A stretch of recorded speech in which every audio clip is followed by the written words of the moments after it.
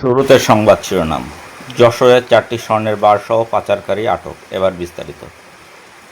যশোরের খুলনা যশোর মহাসড়কের রাজারহাট বাসস্ট্যান্ড এলাকা হতে 466.46 গ্রাম ওজনের 4টি স্বর্ণের বারসহ এক পাচারকারীকে আটক করেছে বিজিবির সদস্যরা।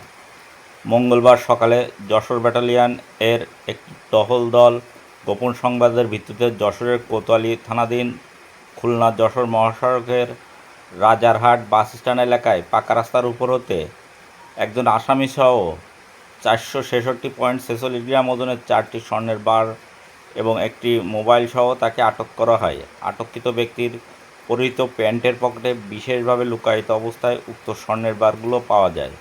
আটককৃত স্বর্ণের বারের আনুমানিক মূল্য 17,30,18 টাকা বলে জানায় বিজিবির সদস্যরা।